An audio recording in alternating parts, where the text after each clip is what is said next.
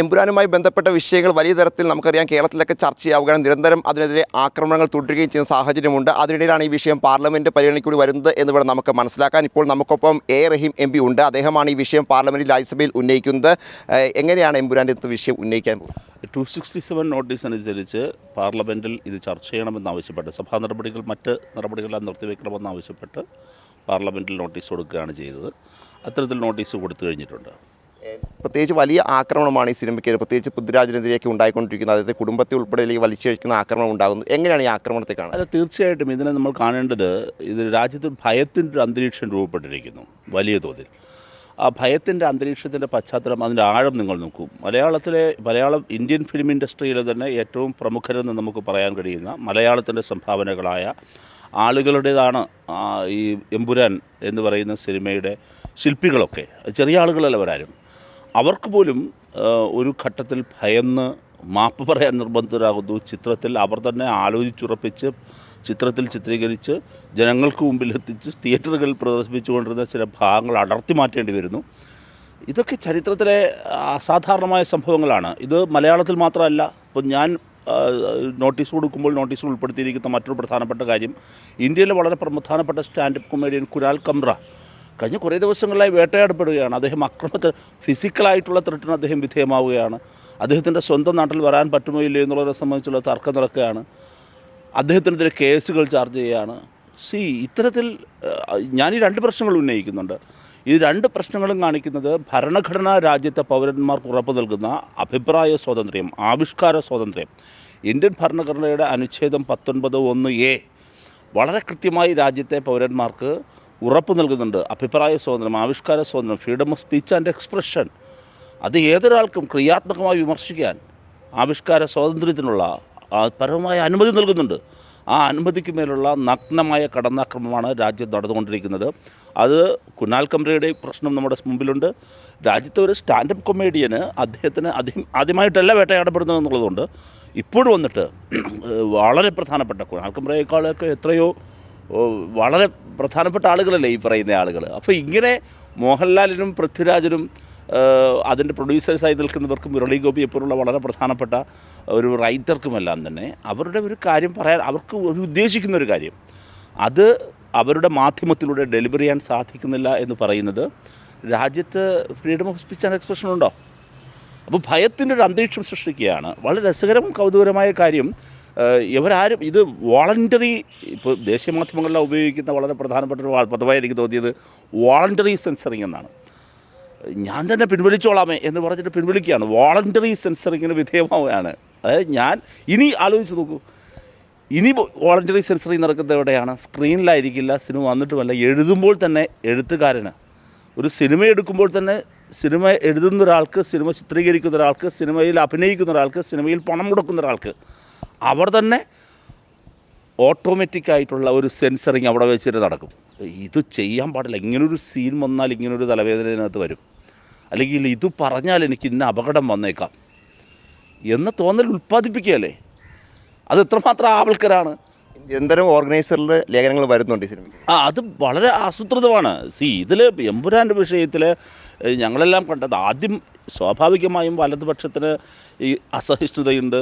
തീവ്ര വലതുപക്ഷമായ സംഘപരിവാർ കൂട്ടങ്ങൾക്ക് ഇത്തരത്തിലുള്ള അസഹിഷ്ണുത പ്രകടിപ്പിക്കാറുണ്ട്. അത് സോഷ്യൽ മീഡിയയെല്ലാം വന്നു പോകും. അതിലുപരിയായി ഇത് ഓർഗനൈസറിനെ പോലെ ഒരു ഔദ്യോഗിക മുഖമുള്ള പ്രസിദ്ധീകരണം ഏറ്റെടുക്കുന്നു.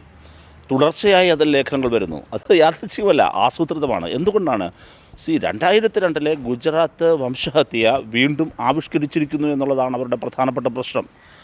ആ ഗുജറാത്ത് വംശഹത്യയെ എന്തിനു വീണ്ടും നിങ്ങൾ അപ്പോൾ ഇനി ആരും അത് പറയാൻ പാടില്ല എന്നുള്ളതാണ്. ഇതിനു മുമ്പും ഗുജറാത്ത് വംശഹത്യയെ ആവിഷ്കരിക്കാൻ ശ്രമിച്ചവരെല്ലാം കല്ലെറിയപ്പെട്ടിട്ടുണ്ട്, വേട്ടയാടപ്പെട്ടിട്ടുണ്ട്. അപ്പോൾ ഞാൻ നേരത്തെ സൂചിപ്പിച്ചതുപോലെ ഇത്രയും പ്രൗഢമായൊരു നിരയുള്ള ഒരു സിനിമയ്ക്ക് പോലും നിർഭയമായി ഇങ്ങനെ രാജ്യത്ത് നടന്നൊരു സംഭവത്തെ ആവിഷ്കരിക്കാൻ കഴിയുന്നില്ല. ഞാൻ പറയട്ടെ, ബോംബെ കലാപം ഇന്ത്യയിൽ സിനിമയായിട്ടില്ലേ? ബോംബെ രാജ്യത്തെ ഏറ്റവും പ്രധാനപ്പെട്ട കലാപല്ലേ? അത് പ്രമേയമായിട്ടില്ലേ? രാജ്യത്തെ ഇത്തരം ഇൻസിഡൻസ് വളരെ പ്രധാനമായിട്ടില്ലേ? അത് പുറത്ത് വന്നിട്ടില്ലേ? ആ ഇൻസിഡൻസിനെ ഇതുപോലെ സിനിമയിലേക്ക് കൊണ്ടുവന്നിട്ടില്ലേ? ഇപ്പോൾ എനിക്ക് നമ്മുടെ ശ്രീ മേജർ രവിയുടെ ചലച്ചിത്രങ്ങൾ കീർത്തിച്ചക്രയും ഇതെല്ലാം നടന്ന ഇൻസിഡൻസിനെ ആസ്പദമാക്കിയുള്ളതല്ലേ? കീർത്തിചക്രയാകട്ടെ അദ്ദേഹത്തിന് ബാക്കി എല്ലാ സിനിമകളാകട്ടെ മോഹൻലാലിനെ വെച്ച് തന്നെ ചെയ്ത സിനിമകളാണ്. അദ്ദേഹമാണല്ലോ ഇപ്പോൾ പുറത്തൊരു വക്കാലത്തെടുത്ത് ഇറങ്ങിയ ഒരാൾ. ഞാൻ ചോദിക്കുന്നൊരു കാര്യം, അദ്ദേഹത്തിൻ്റെ രാഷ്ട്രീയമായിരിക്കും അദ്ദേഹം പറയുന്നത്. എനിക്ക് അദ്ദേഹത്തോട് ഞാൻ വ്യക്തിപരമായി ആക്രമിക്കില്ല. ഞാൻ പറഞ്ഞത് അത് മേജർ രവിയുടെ സിനിമകളാകട്ടെ, ഇന്ത്യയിൽ വന്ന വിവിധ സിനിമകളാകട്ടെ, ഞാൻ ബോംബെ അതാണ് ഞാൻ സൂചിപ്പിച്ചത്, നടന്ന സംഭവങ്ങൾ. ഇപ്പോൾ ജയ് ഭീം എന്ന് പറയുന്ന സിനിമ അവസാനം തമിഴിൽ വന്ന ജ്ഞാനവേൽ സംവിധാനം ചെയ്ത ഗംഭീരമായ സിനിമയാണ്. ആ സിനിമ നടന്നൊരു ഇൻസിഡൻ്റ് അല്ലേ? അപ്പോൾ നടന്ന സംഭവങ്ങളെ, ചരിത്ര സംഭവങ്ങളെ, അത് ചില ബിറ്റർ എക്സ്പീരിയൻസ് ഉണ്ടാകും, തെറ്റായ അനുഭവങ്ങളുണ്ടാകും. ആ തെറ്റായ കാര്യങ്ങളെ വന്നിട്ടില്ലേ, പോസിറ്റീവായ കാര്യങ്ങളുണ്ടാകും, തെറ്റായ കാര്യങ്ങളുണ്ടാകും. ഇതിനെല്ലാം ആസ്പദമാക്കി ചലച്ചിത്രങ്ങൾ ഉണ്ടാവുക എന്ന് പറയുന്നത് ആവിഷ്കാര സ്വാതന്ത്ര്യത്തിൻ്റെ ചരിത്രത്തിലെ ആദ്യത്തെ സംഭവമല്ല. അപ്പോൾ ഇത്തരം സംഭവങ്ങൾ രാജ്യത്ത് ആവർത്തിച്ചു കൊണ്ടിരിക്കുമ്പോൾ എന്തിനാണ് ഈ ഒരൊറ്റ കാര്യത്തിൽ വരുമ്പോൾ ഇവർ വല്ലാതെ പ്രശ്നമാകുന്നത്? ഇനി അതിൻ്റെ മറവിൽ യഥാർത്ഥത്തിൽ ഇവിടെ ആപൽക്കരമായ പ്രവർത്തനം നടത്തുന്നവരാണ്. ഓർഗനൈസറിലൂടെ നിരന്തരമായി ശ്രമിച്ചുകൊണ്ടിരിക്കുന്നത്. ഇപ്പോൾ ഏറ്റവും കൂടുതൽ വന്നിട്ട് ഒരു ക്രിസ്ത്യൻ വൈകാരികത ആളിക്കത്തിക്കാൻ പറ്റുമോ, വിവിധ മതങ്ങളുടെ വൈകാരികത ആളിക്കത്തിക്കാൻ പറ്റുമോ നോക്കുകയാണ്. വളരെ പെട്ടെന്ന് തന്നെ ആ ചലച്ചിത്ര പ്രവർത്തകരെ ആൻറ്റി ഹിന്ദുവായി ചിത്രീകരിക്കുന്നു, ആൻറ്റി ഇന്ത്യനായി ചിത്രീകരിക്കുന്നു. എന്താണ് അതിൻ്റെ ലോജിക്ക്? ഞാൻ സമയത്തൊക്കെ പൃഥ്വിരാജ് നിലപാട്, ലക്ഷദ്വീപുമായി ബന്ധപ്പെട്ട നിലപാടൊക്കെ പല ഘട്ടങ്ങളിലായി ഇപ്പോൾ വീണ്ടും ശക്തമായി തന്നെ ചോദ്യം ചെയ്യപ്പെടുന്നുണ്ട്. അല്ല, അതൊക്കെ ഇതിനകത്തേക്ക് അദ്ദേഹത്തെ ബ്ലാക്ക് ലിസ്റ്റ് ചെയ്യാൻ അവർക്ക് കാരണങ്ങളായേക്കാം. പക്ഷേ ഈ നിലപാടുകൾക്ക് ശേഷമെല്ലാം അദ്ദേഹം സിനിമകൾ ചെയ്തിട്ടുണ്ട്. ഇപ്പോൾ ശക്തമായ രാഷ്ട്രീയ വിമർശനമുള്ള സിനിമയായിരുന്നു. ഇപ്പോൾ ജനകടമ്പന എന്ന സിനിമ തിയേറ്ററിൽ പോയി കണ്ടിട്ടുള്ളതാണ് ഞാനതിനെക്കുറിച്ച് എഴുതുകയും ചെയ്തിരുന്നു. ശക്തമായി രാഷ്ട്രീയം പറഞ്ഞൊരു സിനിമയാണ്. ഇന്ത്യൻ രാഷ്ട്രീയത്തെയും ഈ പറഞ്ഞ പല ബിംബങ്ങളെയും എല്ലാം, രാഷ്ട്രീയ ബിംബങ്ങളെയും എല്ലാം ആക്രമിക്കുന്നുണ്ട് അതിൻ്റെ ഡയലോഗുകളിലൂടെ. അപ്പോഴൊന്നും ഇതുപോലെ വേട്ടയാടപ്പെട്ടിട്ടില്ല. ചലച്ചിത്രം റീസെൻസറിങ്ങിന് വിധേയമാക്കേണ്ടി വന്നിട്ടില്ല. ഇത് വരേണ്ടി വന്നത് യാതൊരു സംശയവും വേണ്ട. ആ സിനിമയിൽ ഗുജറാത്ത് വംശഹത്യ റീക്രിയേറ്റ് ചെയ്തു എന്നത് മാത്രമാണ്. ബാക്കി എല്ലാവരും സഹിക്കായിരുന്നു. പക്ഷേ ഇത് പറ്റില്ല. അപ്പം അതാണ് ഞാൻ ചോദിക്കുന്നത്. രാജ്യത്ത് നടന്ന ചരിത്ര സംഭവങ്ങളെ ആസ്പദമാക്കി ഇനി ഇത്തരത്തിലുള്ള വർഗീയ കലാപങ്ങൾ, ജനസൈഡുകൾ, ഇതിനെ തന്നെ ആസ്പദമാക്കി സിനിമകൾ വന്നിട്ടുണ്ടല്ലോ. എത്ര സിനിമകളിലാണ് ബോംബെ കലാപം പ്രമേയമായിട്ടുള്ളത്? അതിന് നേരിട്ട് അത് തന്നെ അങ്ങനെ തന്നെ പടം വന്നിട്ടില്ലേ? ആ പ്രമേയത്തെ മാത്രം ആസ്പദമാക്കിയ സിനിമ വന്നിട്ടില്ലേ? അപ്പോൾ ഇങ്ങനെയുള്ള ഇത് സിനിമയുടെ ഒരു പാർട്ടിലാണ് അത് കാണിക്കുന്നത്. ഗുജറാത്ത് വംശഹത്യയെ ആസ്പദമാക്കി ആകെ ഉള്ളൊരു സിനിമയിൽ അതിൻ്റെ പ്രമേയമാകെ അതല്ല. ആ സിനിമയുടെ മറ്റെല്ലാ ഭാഗങ്ങളിലും ഞങ്ങളെ ആക്രമിക്കുന്നുണ്ട് ഇല്ലേ? കോൺഗ്രസിനെ അതിനകത്ത് കടുത്ത ഭാഷയിൽ വിമർശിക്കുന്നുണ്ട്. BJP തന്നെ മറ്റു പല ഘട്ടങ്ങളിലും മറ്റു പല രൂപത്തിൽ വിമർശിക്കുന്നുണ്ട്. പക്ഷേ ഗുജറാത്ത് വംശഹത്യ പോലെ രാജ്യത്ത് നടന്ന ഇത്തരത്തിലുള്ള സംഭവങ്ങൾ വീണ്ടും ചിത്രീകരിക്കാൻ ഞങ്ങൾ സമ്മതിക്കില്ല. എങ്കിൽ ഇതൊരു ഭയത്തിൻ്റെ അന്തരീക്ഷമാണ്. ഇപ്പോൾ കുനാൽ കമ്ര ഒരാൾക്ക് ഞങ്ങളെ വിമർശിച്ച് ഇങ്ങനെ ഒരു പരിധിക്കപ്പുറം നിങ്ങളാരും ഞങ്ങളെ വിമർശിക്കേണ്ട, അങ്ങനെ പറയാൻ പറ്റില്ലല്ലോ. ഇവരുടെ തിട്ടൂരമനുസരിച്ചല്ലല്ലോ രാജ്യം നിലനിൽക്കേണ്ടത്, രാജ്യം മുന്നോട്ട് പോകേണ്ടത്. ഇന്ത്യൻ ഭരണഘടനയെ ബേസ് ചെയ്തിട്ടാണ്.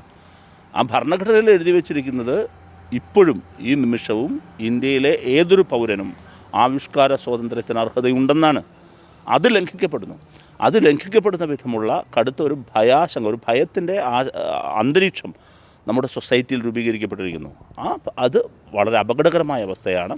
അത് ഭരണഘടനാ മൂല്യങ്ങളോടുള്ള കടുത്ത വെല്ലുവിളിയാണ്. ആ അന്തരീക്ഷത്തെക്കുറിച്ച് ഇപ്പോൾ നമ്മൾ ചർച്ച ചെയ്തില്ല എങ്കിൽ, ഇത് നമ്മൾ ഗൗരവമായി എടുത്തില്ല എങ്കിൽ ഇതൊരു വലിയ പ്രീസിഡൻ്റായി മാറും. അതാണ് ഞാൻ എൻ്റെ കത്തിൽ ഞാൻ ബഹുമാനപ്പെട്ട ചെയർമാന് കൊടുത്തപ്പോൾ ഞാൻ ഉന്നയിച്ചിട്ടുള്ളത്. ആ നോട്ടീസിൽ ഉന്നയിച്ചിരിക്കുന്നത് ആ നോട്ടീസ് പ്രകാരം ചർച്ച ചെയ്യണമെന്നുള്ളതാണ് എൻ്റെ ആവശ്യം. അതാണെങ്കിൽ എമ്പുരാൻ വിവാദം വലിയ തരത്തിൽ തന്നെ സംസ്ഥാനത്ത് തുടരുകയാണ്. സംസ്ഥാനത്ത് മാത്രമല്ല വിവിധ ഇടങ്ങളിൽ ഇതുമായി ബന്ധപ്പെട്ട പ്രതികരണങ്ങൾ സംഘപരിവാർ ഹാൻഡിലുകൾ നടത്തുകയും ചെയ്യുന്നുണ്ട്. അതിനിടെയാണ് ഈ വിഷയം പാർലമെൻറ്റ് പരിഗണനയിൽ കൂടി എത്തുന്നത്. വീഡിയോ വിജിത്ത് ഊർക്കടവിനൊപ്പം റിപ്പോർട്ടർ മാരിക്കാരൻ, ഇൻ റിപ്പോർട്ടർ, ദില്ലി.